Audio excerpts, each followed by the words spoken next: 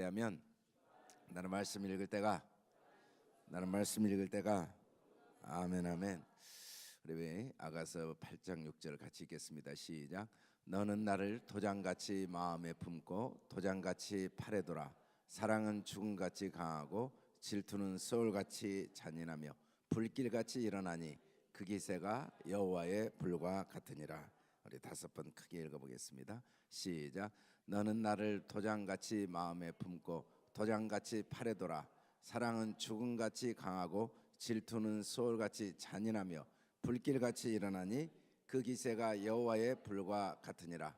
너는 나를 도장같이 마음에 품고 도장같이 팔에 두라. 사랑은 죽음같이 강하고 질투는 소울같이 잔인하며 불길같이 일어나니 그 기세가 여호와의 불과 같으니라. 너는 나를 도장같이 마음에 품고 도장같이 팔에 두라. 사랑은 죽음같이 강하고 질투는 소울같이 잔인하며 불길같이 일어나니 그 기세가 여호와의 불과 같으니라. 너는 나를 도장같이 마음에 품고 도장같이 팔에 두라. 사랑은 죽음같이 강하고 질투는 소울같이 잔인하며 불길같이 일어나니 그 기세가 여호와의 불과 같으니라. 너는 나를 도장같이 마음에 품고 도장같이 팔에 두라. 사랑은 죽음같이 강하고 질투는 소울같이 잔인하며 불길같이 일어나니 그 기세가 여호와의 불과 같으니라. 아멘. 죽음같이 강한 사랑을 주신 하나님, 도장같이 마음에 품고 도장같이 팔에 둬라. 하나님은 우리를 도장같이 마음에 품고 계시고 도장같이 팔에 두시는 분이죠. 또 우리도 하나님을 도장같이 마음에 품고 도장같이 팔에 두어야 된다라고 말씀합니다. 이 도장은 소유주 이름이 새겨져 있죠. 그래서 도장을 딱 찍으면 소유 관계가 확정됩니다. 도장을 찍은 순간 계약이 완료되고 이 땅, 이 집이 누구 것이 됐다, 누구의 소유다. 그 도장에 새겨진 이름이 소유주를 정확하게 나타내주죠. 이게 도장은 소유주를 대신하는 소유주의 역할을 하는 게 이 도장이죠. 도장같이 마음에 품어라. 이 말은 다른 말로 하면 하나님을 나의 주인으로 모셔라. 이 소유주가 누군가를 항상 마음에 간직하고 있어라. 그런 말씀입니다. 마음은 그 생각, 또 이 심장, 그리고 그 사랑의 중심이죠. 마음에 품으라. 구체적으로 이제 옛날 사람들은, 중동 사람들, 고대 사람들은 도장을 목걸이에 걸고 항상 소유하고 다녔습니다. 왕도 그러고. 그래서 마음에 품으라는 건 이제 목걸이 형태로 여기에 항상 지니고 다녀라. 항상 그 도장에 새겨진 이름이 그 소유주를 의미하는데, 하나님이 나의 소유주인 것을 항상 기억하고 다녀라.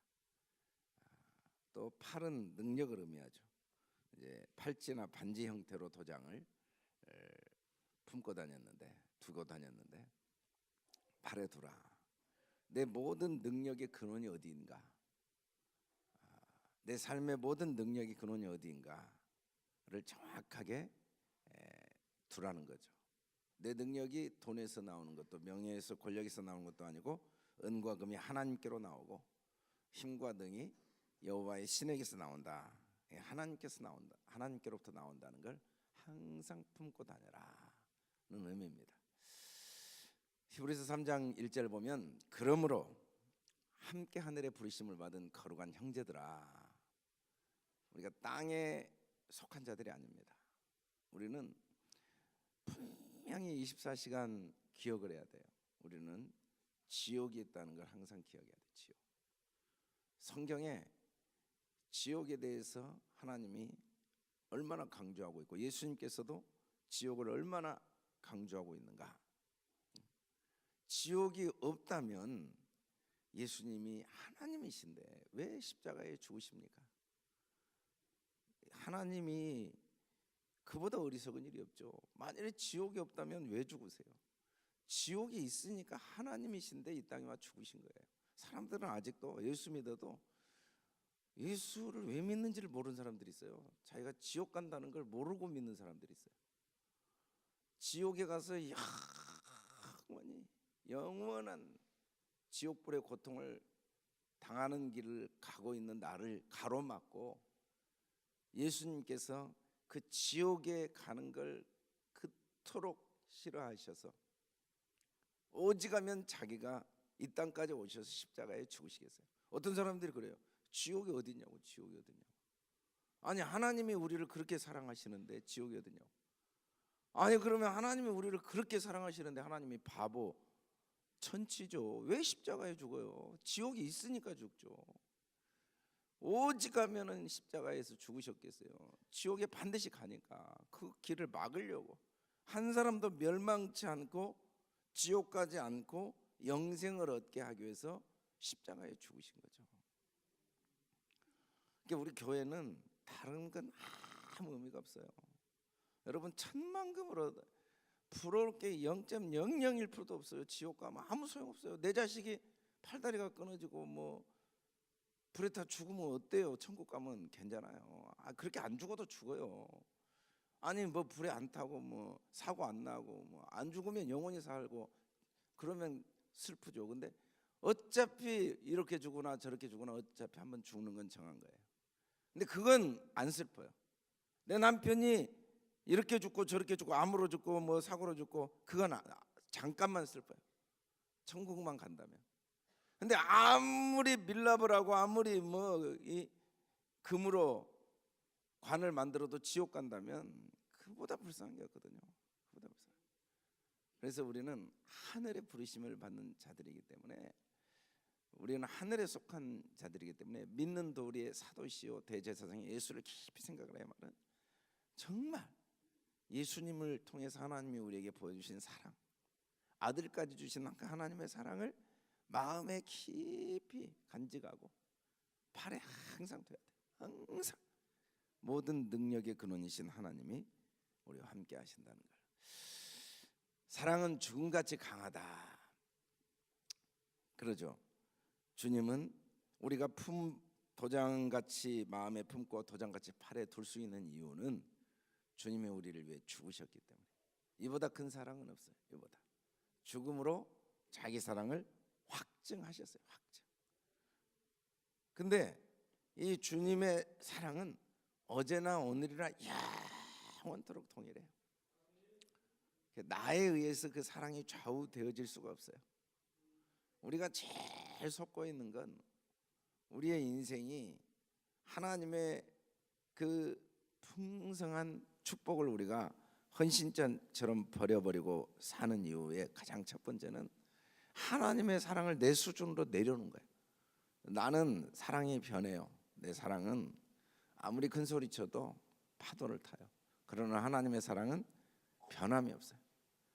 하나님이 하시는 모든 일은 우리를 사랑하셔서 우리에게 일어나는 어떤 사건도 하나님의 절대적인 사랑 안에서 포기할 수 없는 사랑, 질투하시는 사랑, 불같은 사랑, 어쩔 수가 없어요. 태울 건 태워야 돼요. 그대로 둘 수가 없거든요. 우리가 흔히 이제 금을 재련할 때 연단한다고 하는데 이 연은 한 1000번 정도 때리면 연이 되고 10,000번 정도 때리면 단이 된답니다. 연단. 뜨거운 불에 넣어가지고 계속 때리면 아주 날카로운 칼이 돼요. 불에 넣고 때리고 어쩔 수가 없어요. 그래야 날카로운 쓸모 있는 칼이 되니까. 우리를 하나님께서 위해 죽어주시고 우리를 보호해주시고 우리를 도우시는 것도 사랑이지만 연단도 사랑이에요. 연단. 사실은 우리가 기도할 때 제일 중요한 건 환경과 상황을 바꾸는 게 아니에요. 나를 바꾸는 거예요. 이 상황 속에 하나님이 되게 원하시는 것을 듣고자 하는 게 기도예요. 그리고 하나님의 뜻대로 구하는 게 간구.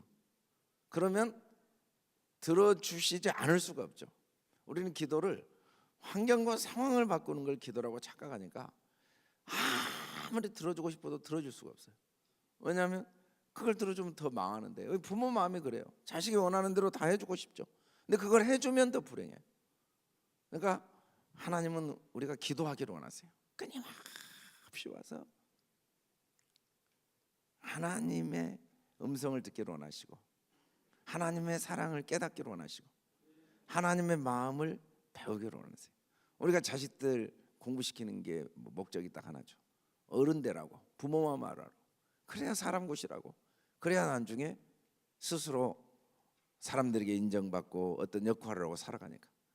아니 그냥 밥 주면 먹고 사탕 주면 먹고 돈 주면 받고 그렇게 그냥 아무 생각 없이 살다가 나이 먹어보세요.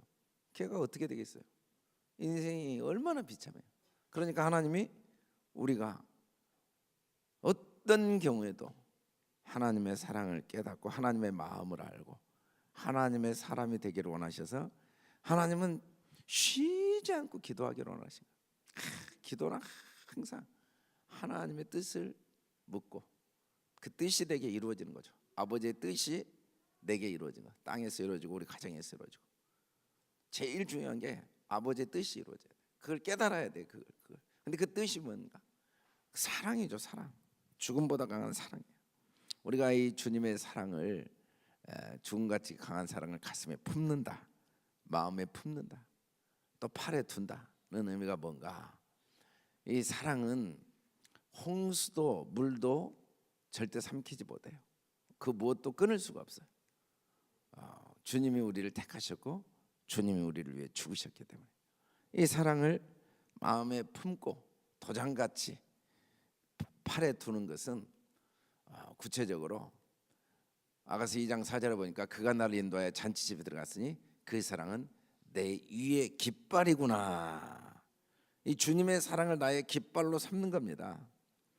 내가 내 마음에 하나님 사랑을 품고 있고 내가 내 팔에 하나님 사랑을 두고 있는 증거는 내가 주님의 사랑을 내 위에 깃발로 세워두는 거죠. 이 깃발은 첫째는 소속을 의미합니다. 소속.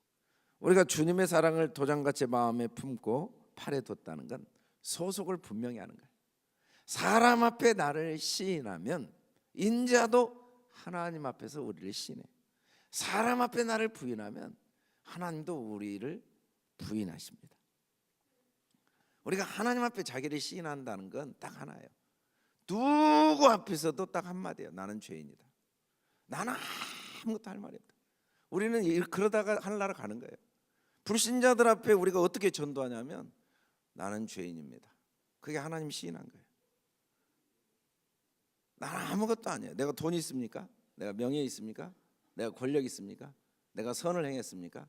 내 거 아니에요. 항상 사도 바울의 고백대로 나는 빚진 자로다. 어쩌다 나 같은 자가 구원을 받았어요. 어쩌다 나 같은 자를 위해 하나님의 아들이 이 땅에 와 죽어주신. 웬 은혜, 웬 사랑. 이게 주를 시인하고 깃발을 들고 주님의 소속을 내가 항상 머리 위에 두는 거죠. 이 소속감이 심리학자들의 가장 첫 번째 주제입니다. 그리고 모든 문제를 심리학자들은 소속감에서 찾아요. 우리가 하는 모든 일은 소속감 찾기 위한 몸부림으로 다 분석을 해냅니다. 자꾸 가정을 이루고 좋은 직장 들어가려고 하고 뭐 대그룹 이루려고 하고 뭐 다 뭐냐면 소속감.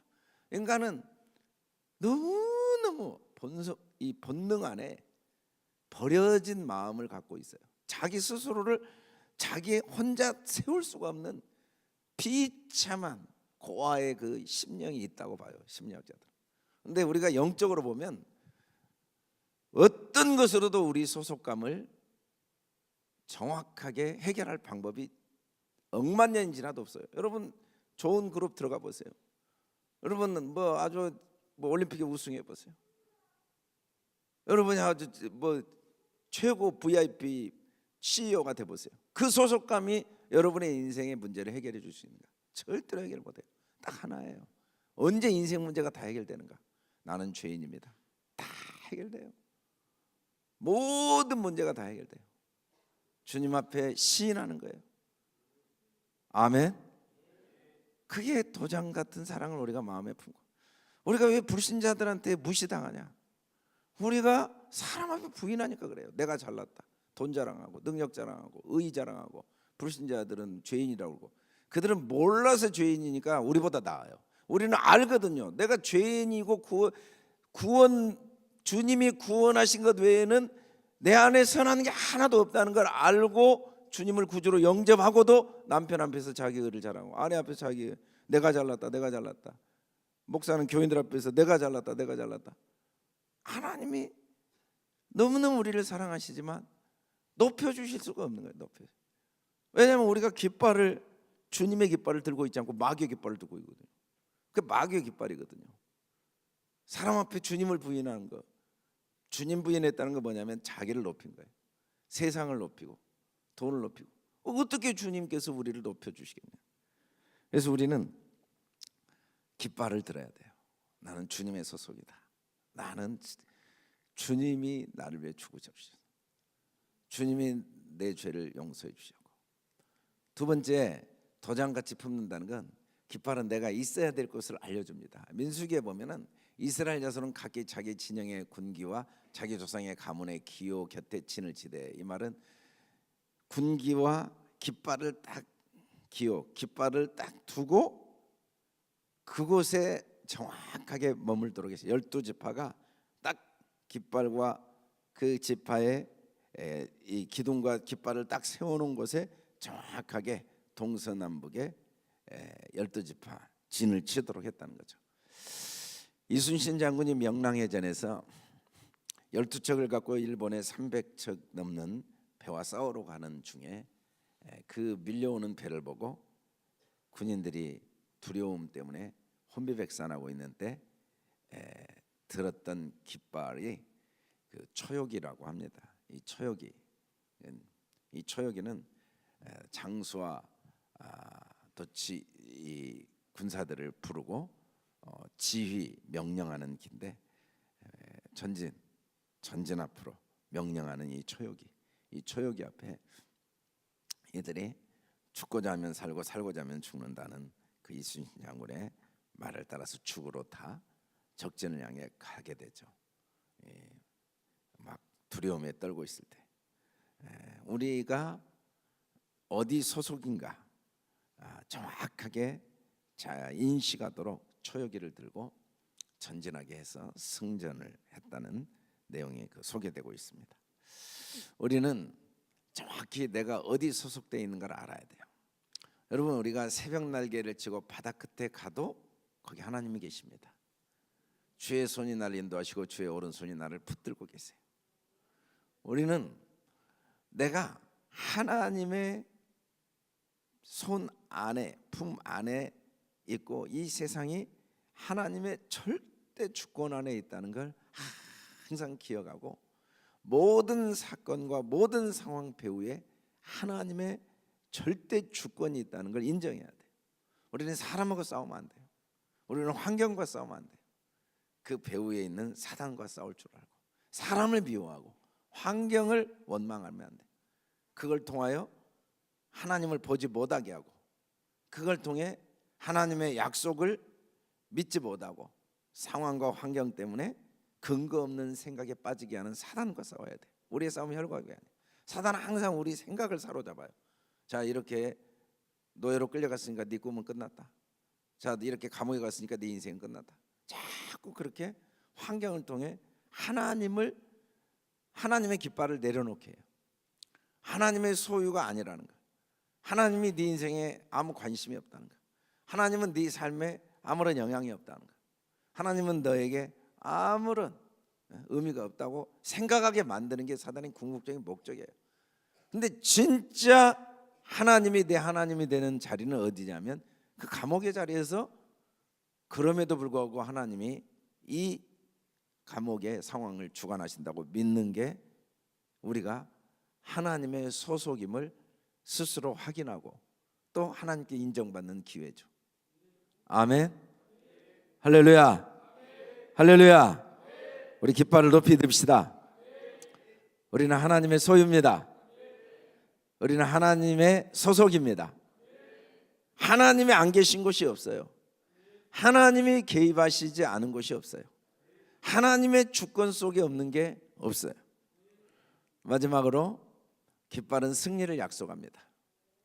이 아가서의 반복해서 깃발이 나오는데, 내 사랑 너는 디르사같이 어여쁘고 예루살렘같이 곱고 깃발을 세운 군대같이 당당하구나. 하나님이 제일 명령을 365번 매일 하시는 반복된 명령이 두려워 말라라고 그러잖아요. 반대로 하나님이 제일 기뻐하시는 게 하나님의 자녀로서 당당하게 사는 거예요. 우리는 예수 믿는 게 뭔가를 정확히 알아야 돼요. 예수 믿었더니 뭐 좋은 대학 들어갔습니다. 예수 믿었더니 기도했더니 사업이 잘, 그것은 예수 안 믿어도 되는 사람이 있으니까 그것이 예수 믿는 기준이 될 수는 없어요. 사업이 잘 돼도 우리는 당당해요. 이게 내가 한 게 아니고 하나님이 하신 거예요. 사업이 안 돼도 우리는 당당해요. 이 속에 하나님의 선한 뜻이 있으니까. 그게 예수 믿는 거예요. 아멘. 내가 잘났어도 당당하고 못났어도 당당하고, 다 그 당당함이 어디? 주님의 깃발 때문에 당당한 거야. 아멘. 나의 능력, 내 지혜, 내 명예, 내 부끄러움, 내 수치는 깃발 밑으로 다 내려가요. 내가 잘났어도 주님의 은혜 때문이고, 내가 못났어도 주님의 은혜 때문에 우리는 당당한 거예요. 우리는 사람 앞에서는 자랑할 게 없어요. 우리가 사람 앞에 나를 내세울 게 하나도 없죠. 그러나 하나님 앞에 딱 서면 하나님이 나를 위해 죽어주셨는데, 아멘. 우리는 누구 앞에서도 비굴하면 안 돼요. 왜? 우리가 사는 건 사람 앞이 아니에요. 우리는 하나님 앞에 사는 사람들이에요. 아멘. 할렐루야. 참 우리나라가 대학교에서 공부하기가 어려운 점이, 대학 생활의 한 90%는 시간을 낭비하게 돼요. 왜냐하면 우리나라는 대학이 이 체면 문화예요. 학점 따야지, 또 친구들이 이 주변, 또 뭐 이 흐름, 외국의 장점이 별로 그런 데 신경을 안 써요. 옷을 뭐 속옷만 입고 하든 여름에 뭐 겨울 옷을 입고 오든지 그래 관심이 없어요. 다 공부만 하지. 그런 점에서 이제 공부에 집중할 수 있어서, 본질로 들어갈 수 있어서 장점이 많아요. 근데 이 신앙도 마찬가지예요. 하나님 앞에 살아야 되는데 사람들이 너무 중요해요. 사람이 뭐가 중요해요? 사람이 나를, 우리는 하나님 앞에, 하나님이 내게 뭐라고 하시는가? 아침빛같이 뚜렷하고 달같이 아름답고 해같이 맑고 깃발을 세운 군대같이 당당한 여자가 누구인가? 이게 지금 하나님이 우리를 향하여 자랑하시는 거예요. 아침빛같이 뚜렷하고 달같이 아름답고 해같이 맑고 깃발을 세운 군대같이 당당한 여자, 얼굴은 시커멓고 주근깨가 있어도 당당한 그 여자를 보고 하나님 기뻐하시고 자랑하시는 거죠. 우리는 당당하게 살아야 돼. 하루를 살아도 인생은 황홀한 거예요. 아멘. 우리 항상 하루를 살아도 감사할 것들이 많아지고, 하나님이 내 아버지고, 당당하게 우리가 실수하고 실패할 때도 하나님 앞에 우리가 당당해야 돼. 모세가 제단을 쌓고 그 이름을 여호와 니시라고 하고 이르되 여호와께서 맹세하시되, 이 니시가 깃발입니다. 나는 깃발이다. 나는 깃발. 나는 승리의 깃발이다. 나는 깃발이다. 이르되 여호와께서 맹세하시리, 여호와가 아말렉과 더불어 대대로 싸우라. 이 아말렉이 사단을 상징하는데 하나님이 친히 싸우시겠다는 거야. 영원토록. 아멘. 절대로 우리를 이길 수가 없어요. 하나님이 우리를 위해 싸우시니까. 우리는 승리가 약속되고 승리가 확정된 삶을 살고 있는 거예요. 우리가 승리를 위한 싸움이 아니에요. 주어진 승리를 빼앗기지 않고 그걸 이미 내게 주어진 승리를 내 것으로 획득하기 위한 싸움. 주어진 승리마저도 놓쳐버리고 하루하루 그냥 염려 근심 속에 마귀에게 빼앗기면 그보다 억울한 일이 없죠. 어떤 경우에도 이미 주어진 승리를 확신, 하나님의 사랑을 도장같이 마음에 품고 도장같이 팔에 두는 저와 여러분 될 수 있길 주의 이름으로 축원합니다.